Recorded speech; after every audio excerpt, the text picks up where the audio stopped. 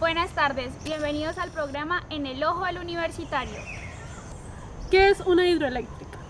Una hidroeléctrica o una represa es un conjunto de obras destinadas a convertir la energía cinética y potencial del agua en energía utilizable como es la electricidad, que a diario nosotros utilizamos. Pero, ¿qué pasa hoy en día con esas hidroeléctricas? Quienes están a favor dicen que son el desarrollo para nuestro país, para Colombia, pero quienes están en contra dicen que es todo lo contrario, que otros países más desarrollados como Alemania ya no están utilizando estos mecanismos, sino que por el contrario están utilizando otras herramientas que ayudan a dar energía a un país, pero sin causarle daño al medio ambiente. Naturaleza en su estado más puro. Llanuras y montañas esplendorosas bañadas por el majestuoso Magdalena, hábitat de muchas especies de animales y árboles. Esto es lo que resalta este hermoso departamento y por lo que sus paisanos se enorgullecen de ser opitas o huilenses.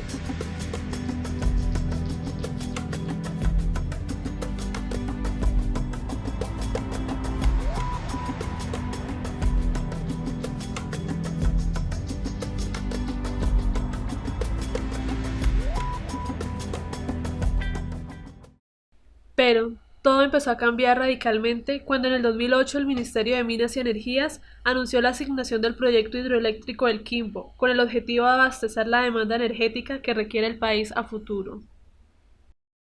Construirá la hidroeléctrica El Quimbo en el Huila, que aún no tiene licencia ambiental. Se investiga a qué proyecto corresponden los trabajos. La hidroeléctrica El Quimbo en el sur del Huila es uno de los más ambiciosos proyectos de generación de energía para el futuro. Una inversión de $900 millones está proyectada para generar el 5% de la energía que utiliza el país. La empresa colombo-española Emgesa está detrás de ese megaproyecto que de obtener licencia incluiría una presa en el río Magdalena. Esta brillantísima idea o proyecto, que marcó la vida de miles de personas sin mencionar el daño a la madre tierra, sus animales y plantas. Una y otra vez ha sonado la voz de la protesta y los desalojos de las familias de la región. Lágrimas de padres y madres que se quedaron sin el sustento de sus familias, porque fueron desplazados a las fuerzas de sus fincas y al río no pudieron volver a pescar. La hidroeléctrica del Quimbo está ubicada en el departamento del Huila, al sur de Colombia, entre las cordilleras central y occidental, a 70 kilómetros del sur de Neiva. En el río Magdalena, su área de influencia abarca los importantes municipios de Gigante, Garzón, El Agrado, Altamira, Paicol y Tesalia. Aprovechará aguas del río Suaza y Magdalena. Ante las dificultades siempre encontramos a alguien con un gran liderazgo, en este caso don Miller Dusan. Don Miller Dusan, un profesor que ha venido desempeñando un papel muy fundamental para defender el territorio huilense.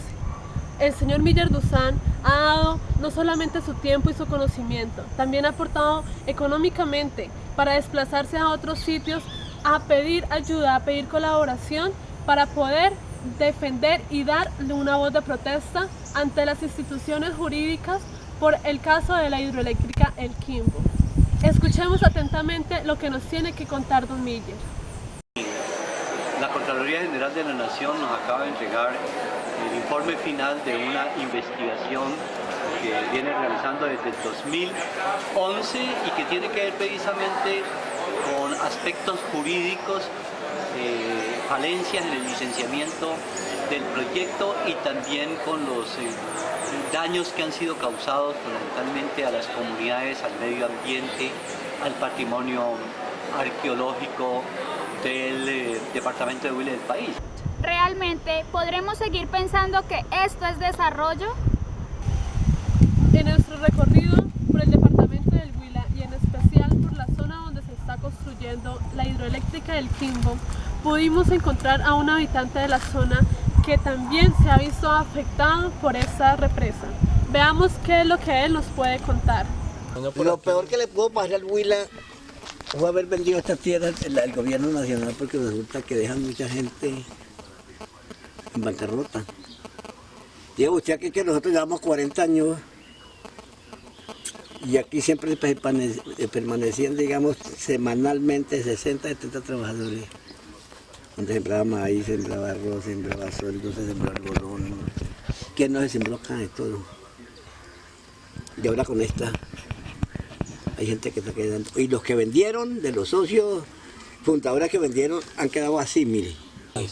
No les alcanzó porque resulta que estaban pagando a 14 millones de hectáreas acá y salieron de aquí. Los que vendieron, digamos, como fue Chucho Palacio que vendió 14 hectáreas, con esas 14 hectáreas que él vendió acá le alcanzó para comprar 4 afuera. Entonces es una injusticia. Uno de nuestros investigadores habló personalmente con una madre de familia para escuchar su testimonio de este hecho que tanto nos está afectando. Eso va para la finca Santiago Palacio. ¿Cerca? ¿Y dónde queda? Eso queda a 1 kilómetro de la vía salida a Neiva, de lo que es Garzón saliendo para Neiva. 1 kilómetro. ¿Y solo en la casa? La actividad de nosotros, de mi esposo, es pescador artesano. ¿Y allá les están dando solo la casa? O sea, nos dan la casa con 5 hectáreas. Ajá. Y de esas 5 hectáreas nos ponen un proyecto productivo. Ese proyecto productivo es lo que uno quiera poner. Y entonces ellos nos ponen los insumos y los jornales durante 6 meses, nos hacen el acompañamiento. Y con la ganancia de esos 6 meses, entonces ya nosotros lo tenemos que poner por cuenta de nosotros. Uno sabe cómo se siembra un maíz, mejor dicho, pues ellos dicen que sí, que ellos nos van a hacer reuniones, que tenemos que estar al pie de la letra. ¿Cuántos años llevan viviendo ustedes acá? Mi esposo ya viviendo 35 años y yo lo que vivo con él 15 años. Dependiendo del río. Dependiendo de nos ofrecieron, o sea, un reasentamiento individual o una venta, compra directamente, pero nosotros pues plata y no porque eso la plata se va y uno... Le preguntamos al profesor Miller Duzán si todavía queda algo por hacer y esto fue lo que nos respondió. Entonces, ahora me preguntan, bueno, ¿qué va a pasar después de ese informe? El informe tiene, en primer lugar, para los que me escuchan, algo muy importante. Primero señaló que todo el proceso de licenciamiento del Quimbo ha sido irregular. No se hicieron los estudios científicos previos que se requerían para poder determinar cuáles iban a ser las afectaciones y también cuáles serían las mitigaciones, o estudios previos que lo más factible era que iban a determinar que no se hiciera el proyecto del Quimbo como se había advertido en el año 1997, o lo había dicho también la Procuraduría General de la Nación, que no se hiciera porque ya se habían hecho todos los estudios que demostraban que el Quimbo generaría demasiados impactos ambientales, sociales, arqueológicos, etc. Pero hoy estamos viendo una circunstancia. Uno es que han avanzado las obras, la empresa dice que el 70%, pero eso es lo menos importante para nosotros, porque ellos tienen sus propios seguros que le garantizan que nunca van a tener pérdida. Las empresas transnacionales nunca pierden dinero. Con toda la tristeza que este hecho nos puede generar y con todo lo que hemos podido observar y escuchar los testimonios de las personas que se han visto afectadas, les mostraremos a ustedes, los televidentes, un poco la zona donde será inundada. Un poco, es solo lo que el ojo del universitario apenas pudo captar.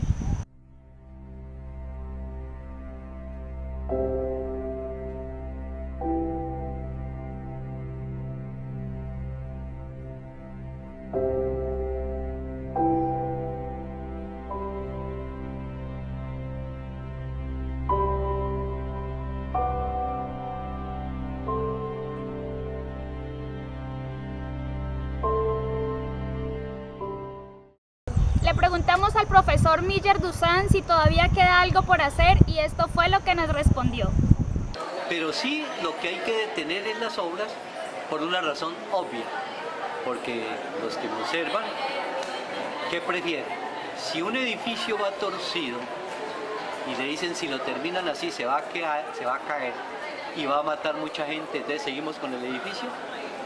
Entonces, en este momento lo que hay que es parar el edificio.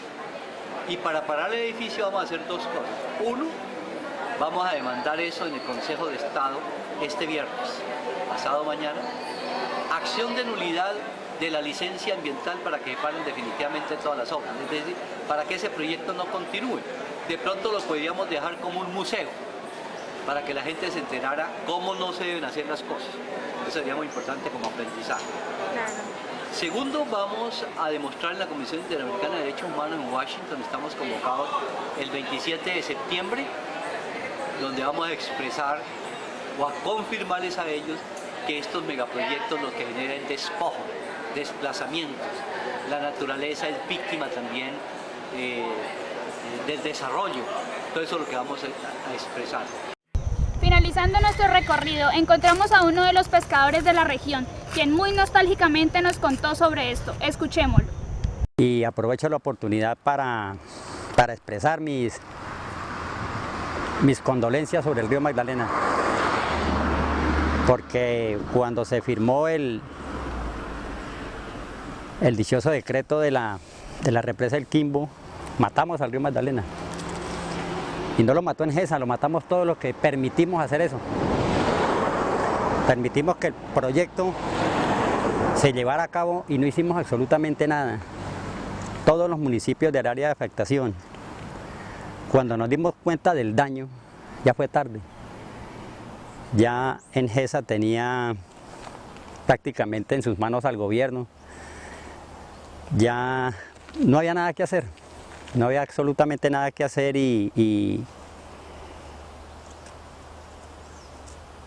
es muy tarde ya para arrepentirnos de eso. La afectación en cuanto a los pescadores es grande porque nosotros anteriormente pescábamos en la parte alta del Magdalena y a raíz de la construcción de la represa el pescado no volvió a subir. El pescado en la parte alta del Magdalena se acabó. Entonces ahora estamos reducidos casi todos los pescadores de la parte alta a este sector de la represa de Betania, aquí a la represa del Quimbo. Y pescado no hay. Anteriormente uno podía subsistir muy bien con el pescado que uno cogía, pero en este momento no.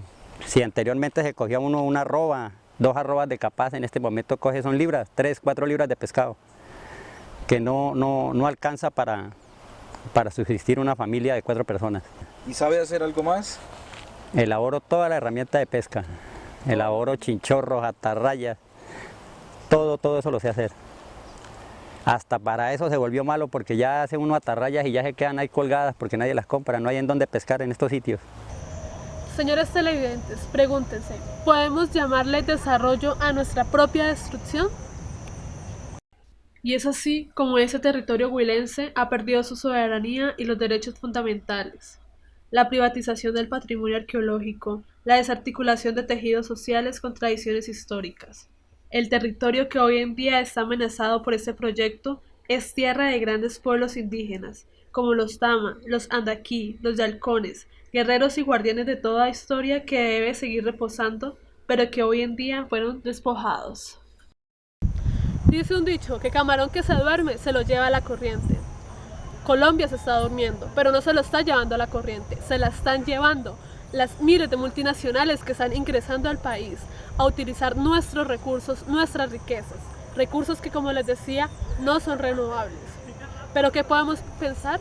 Con un país con unas leyes tan pobres, tan débiles, con un problema de corrupción tan grande, cuando escogemos gobernantes que solo priman por sus negocios, por su bienestar, por el de sus familias y se olvidan de que somos un país y que necesitamos todos tener salud, que necesitamos todos tener vivienda, que todos necesitamos tener un medio ambiente del cual podamos disfrutar y no por el contrario, del cual nos tengamos que ver afectados por catástrofes que no son catástrofes naturales.